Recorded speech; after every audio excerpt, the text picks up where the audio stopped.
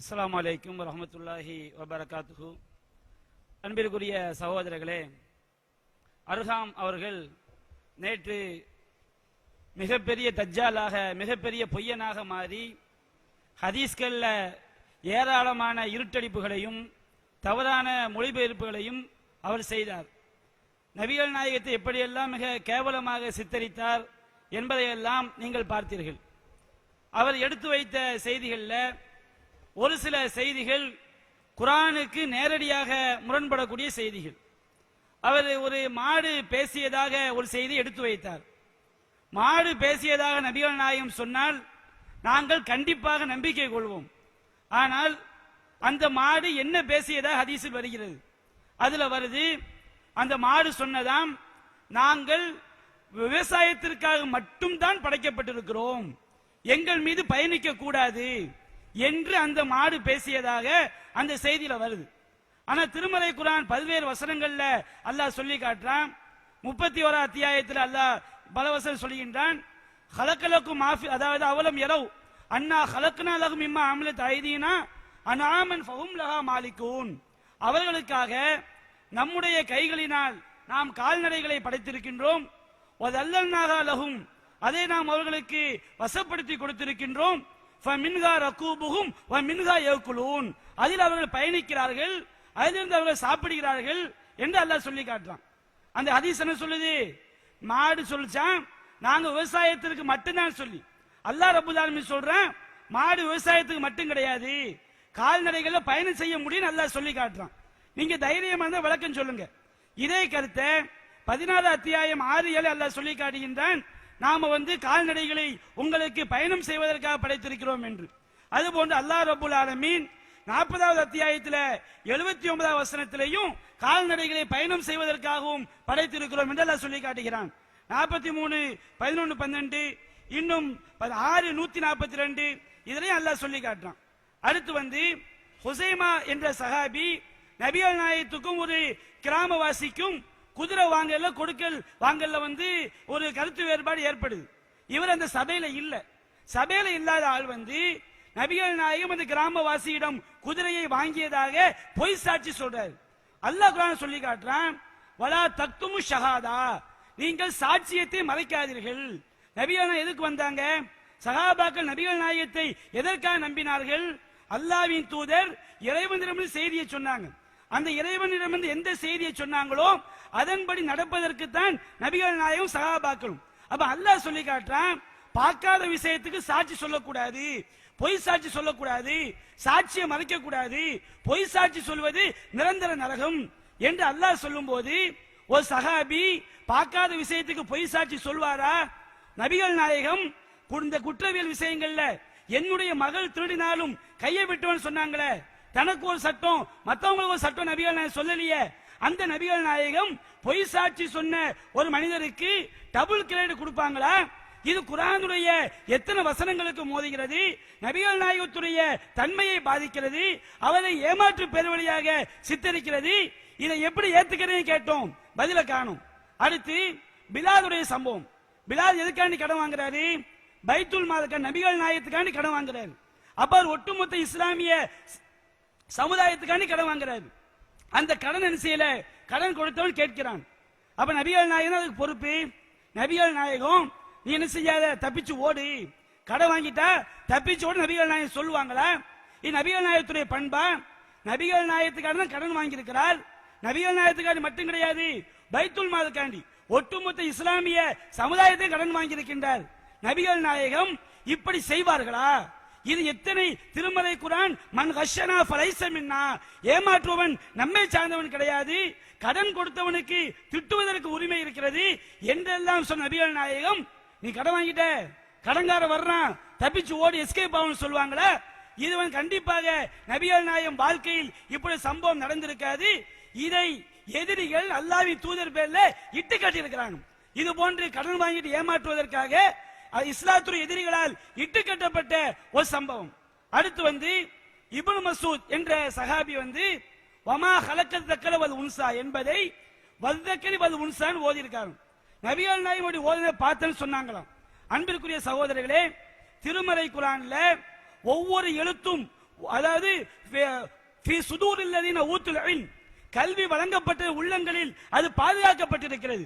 லட்சக்கணக்கான சஹாபாக்கள் நபிகள் நாயகம் வாழும் போது ஒரு எழுத்து கூட பிழை இல்லாமல் அவர்கள் ஓதி நபிகள் நாயகம் எப்படி ஓதினார்களோ அதை லட்சக்கணக்கான சஹாபாக்கள் மனப்பாடம் செய்து அடுத்த தலைமுறைக்கு சொல்லி ஒரு வார்த்தை கூட ஒரு எழுத்து கூட ஓசை வடிவத்தில் மாறாமல் இன்றைக்கு குர்ஆன் பாதுகாக்கப்பட்டிருக்கிறது. இந்த குர்ஆன்ல ஒரே ஒரு மனிதர் நபிகள் நாயகம் மாற்றி ஓதினார்கள் என்று சொன்னால் அது எப்படி ஆதாரபூர்வமான செய்தியாகும்? இது குர்ஆனுடைய நம்பகத்தன்மைக்கு பாதிப்பு ஏற்படுத்துகிறது. அதுபோல சொன்னார் திருமறை குர்ஆன்ல ஒரு வசனத்தை சொல்லி காட்டி அந்த வசனம் ஹுசைமாங்கிற சஹாபியை வச்சுதான் பாதுகாக்கப்படுதுங்கிறார். அப்படி நம்பாதீங்க. திருமறை குர்ஆனுக்கு பாதுகாப்பு அல்லாஹ் ஏற்றுக்கொண்டான். குர்ஆனுடைய வசனத்துக்கு ஒரு ஆள் தான் பாதுகாப்பா? ஒட்டுமொத்த அறிஞர்களுடைய உள்ளங்களிலும் அல்லாஹ் குர்ஆனை மனப்பாடம் செய்து வைத்தான். அல்லாஹ் குர்ஆனை அறிவுடைய உள்ளங்களில் பாதுகாக்க வைத்து அப்படியே தலைமுறையாக ஓசை வடிவத்திலே ஒரு எழுத்து கூட மாறாமல் அது பாதுகாக்கப்பட்டு வருகிறது. நீங்க என்ன சொல்றீங்க? குர்ஆன்ல உள்ள ஒரு வசனம் அந்த ஒரு சஹாபியை வச்சுதான் அது பாதுகாக்கப்பட்டுச்சு. அப்படி கிடையாது. குர்ஆனுக்கு மாற்றம். அல்லாஹ் சொல்கிறான் கல்விமான்களின் உள்ளங்களில் பதிவு செய்யப்பட்ட குர்ஆன் ஒரு ஆளை வச்சு பாதுகாக்கப்படுமா? அவருக்கு மட்டும் தெரியுமா? அப்ப குர்ஆனுக்கு நேர் மாற்றமா இருக்க ஏன் உங்களுடைய அந்த மரமண்டைகளுக்கு அது புரியவில்லை? அவங்க எடுத்து வச்சே நான் சொல்றேன், உங்களுடைய மரமண்டைகளுக்கு ஏன் அது புரியவில்லை? அடுத்து கேட்கிறான் உம்மு ஹராம் என்கிற ஒரு பெண்மணி நபிகள் நாயகம் பேன் பார்த்தாங்க, இதை ஏத்துக்கிறதுனா கேட்கிறாங்க. அது மட்டும் அல்ல, நபிகள் நாயகம் அந்த அம்மா கிட்ட தலைய வச்சாங்கன்னு இருக்கு, நபிகள் நாயகம் அந்த அம்மா கிட்ட சாஞ்சு உட்கார்ந்தாங்கன்னு இருக்குது. அதை நீங்க எடுத்து சொல்லி இருக்கலாம். நபிகள் நாயகம் கண்டிப்பா அப்படி செய்ய மாட்டாங்க.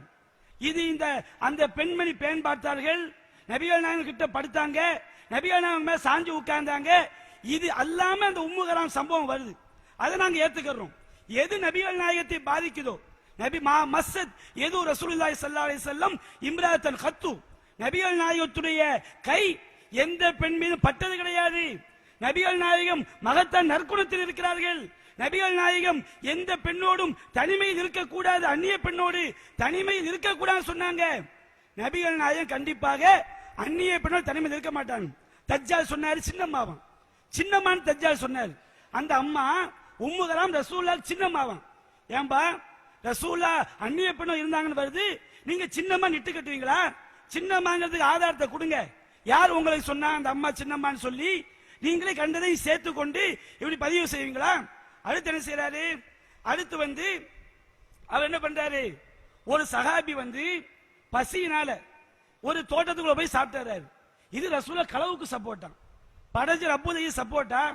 படைச்சர் அபூதாலமின் நிர்பந்தம் ஏற்பட்டால் ஒரு ஃபமனல் துர்ர கைர பாகின் வலா ஆதின் ஃபலா இஸ்மா அலைஹி, எவன் வரம்பு மீறாமல் வலிய செல்லாமல் நிர்பந்தத்திற்கு உள்ளாக்கப்படுகிறானோ அவன் மீது குற்றம் கிடையாது.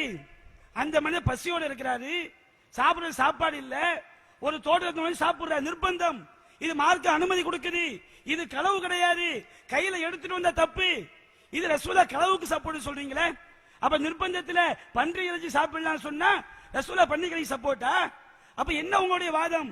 அடுத்து சொல்றாரு ரசூலுல்லாஹ் கிஸ் பண்ண சப்போர்ட்டா? எவ்வளவு பேர் தஜ்ஜால், நிறைய கிஸ் பண்றவங்க இருப்பாங்க போல்றீங்க. நர்ஸ் தனியா கூட்டு போறவங்க இருப்பாங்க போல்றீங்க, நர்ஸுக்கு ட்ரெஸ் வாங்கி கொடுப்பவங்க இருப்பாங்க போல்றீங்க.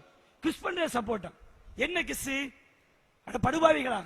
நபிகள் நாயகம் அந்நிய பெண்ணை முத்தமிழ சப்போர்ட் பண்ணாங்களா? உங்க உள்ளத்துல ஒரு இறையச்சமே கிடையாதா? எப்படி சித்தரிக்கிறீங்க?